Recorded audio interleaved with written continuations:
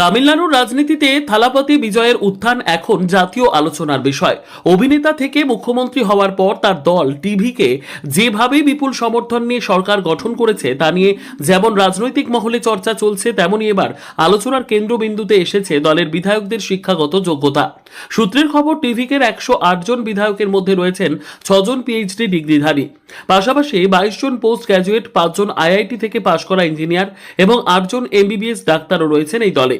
শুধু তাই নয়, প্রায় 40 জন আইনজীবী ও ইঞ্জিনিয়ার রয়েছেন টিভিকে বিধায়ক দলে।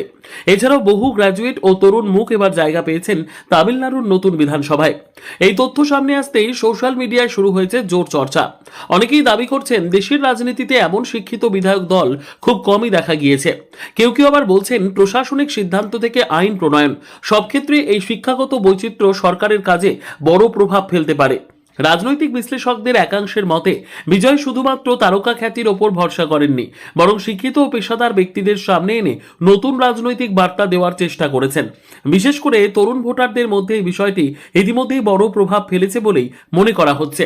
তবে বিরোধীদের একাংশের বক্তব্য, শুধুমাত্র উচ্চশিক্ষিত হলেই সফল প্রশাসক হওয়া যায় না, বাস্তব রাজনৈতিক অভিজ্ঞতাও সমান গুরুত্বপূর্ণ।